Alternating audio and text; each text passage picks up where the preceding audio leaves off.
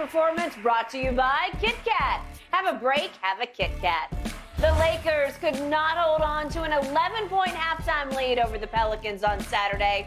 LeBron dropped 27 points. He's now 36 points back from passing Kareem as the all-time leading scorer in the NBA.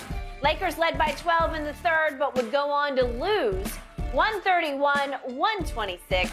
Shannon, on a scale of 1 to 10, how bad of a loss was this for your Lakers? 1, because all they do is lose. They lost more than they won.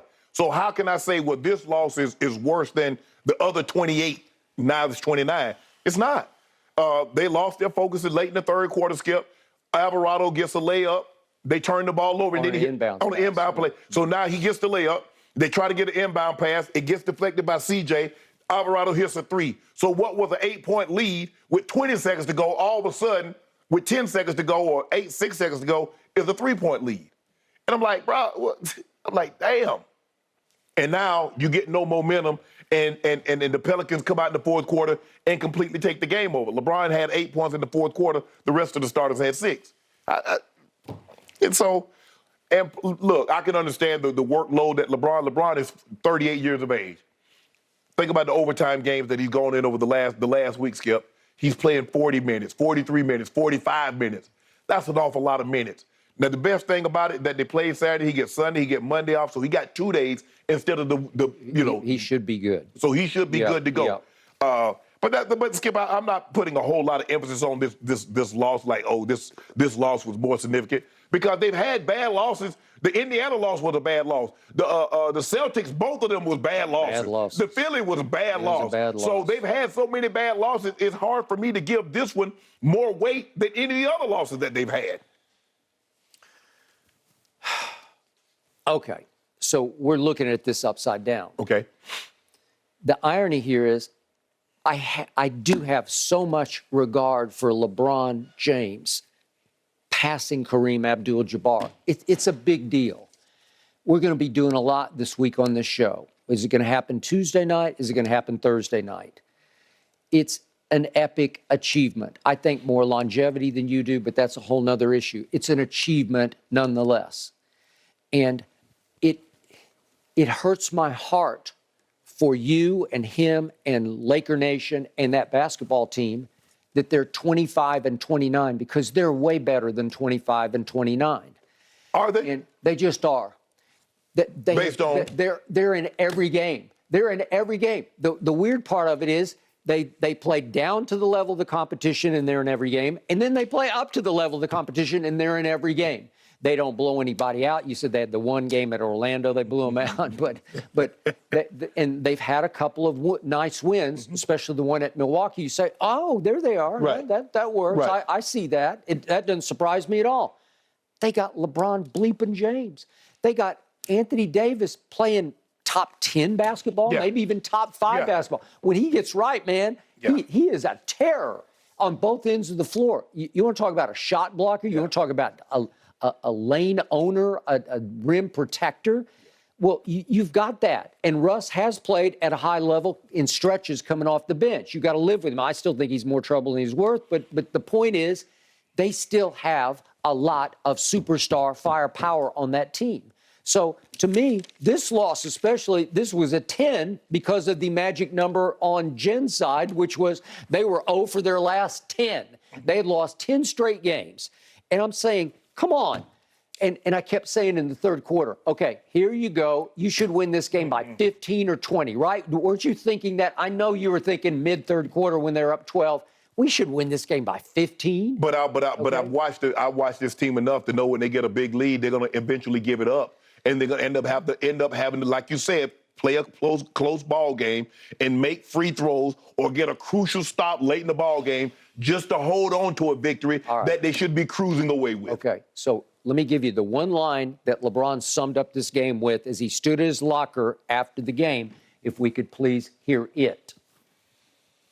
I wasn't a four, it was a third. The third is what killed us. Okay, so he's summing up the game as, it wasn't the fourth quarter that killed us, it was the third quarter.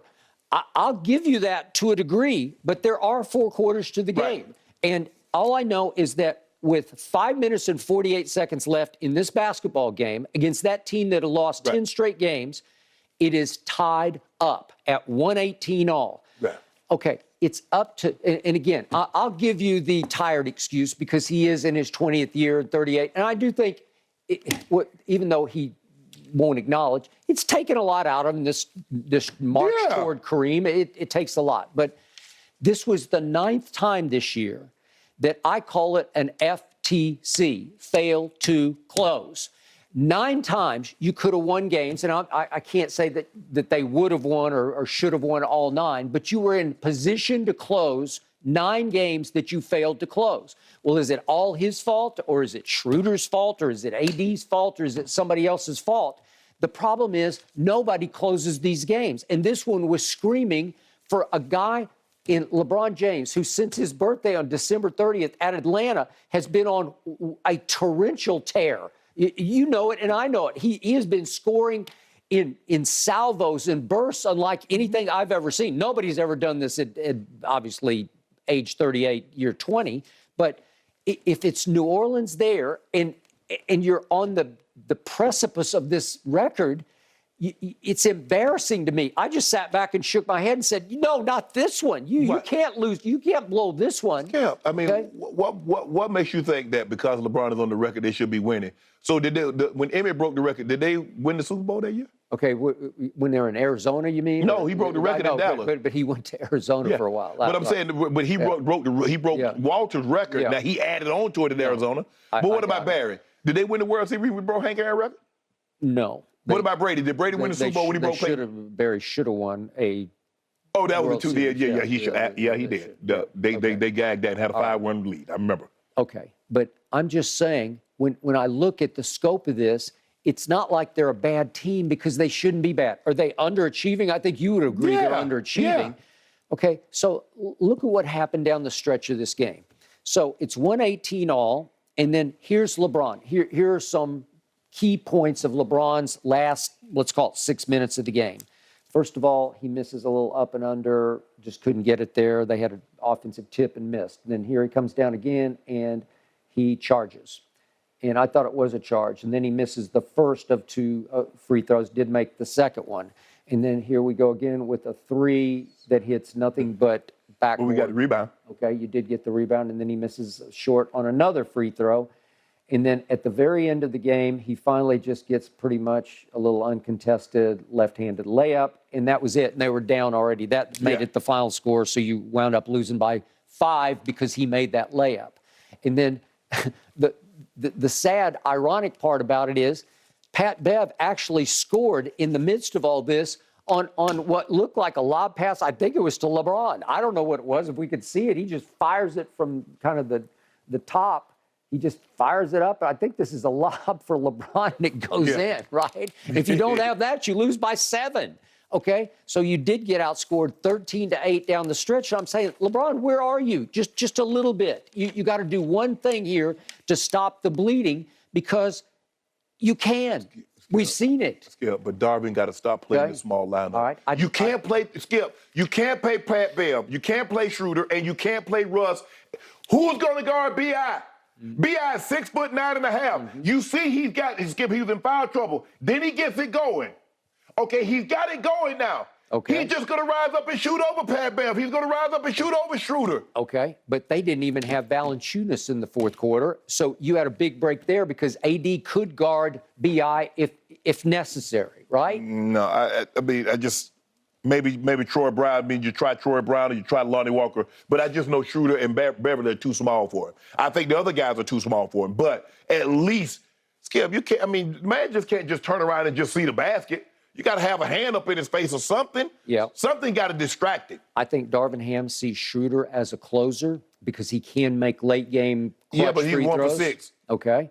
And I think he sees Pat Bev as an irritant on defense that can bother CJ. And I think he did a decent job on CJ, making it hard on him. But Skip, but I mean, but when you got your starting backcourt, Skip, go 3 or 9, I mean, come on. I mean, Shooter played 37 minutes. Yep. And he gave you 7 points. That's your starting point guard. Okay. And yet there are nights when you push the shooter button that it comes up. Yeah. I was at the game against the Grizzlies. He played unbelievable. We saw him at Sacramento. We saw him in we see him he can make plays. But you told me Hachimura. You told me Hachimura, count on him. Come on. Okay, Skip. well then. Ever since you said that, what happened? Well, he had one big game. And then that game how much did he play in the fourth quarter? He only played 19 minutes. I don't know. I don't think he played in the fourth quarter. You have it? I got it here somewhere. I don't even remember him being on the floor. No, he didn't play in the fourth. He didn't play. Okay, there you go. I don't know. You're pushing the wrong buttons.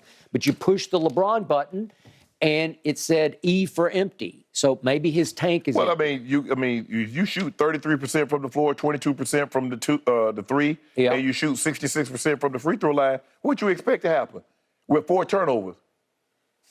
Okay, I got it. You gave up 42 points, Skip. You gave up 42 points in the third. Okay, 42.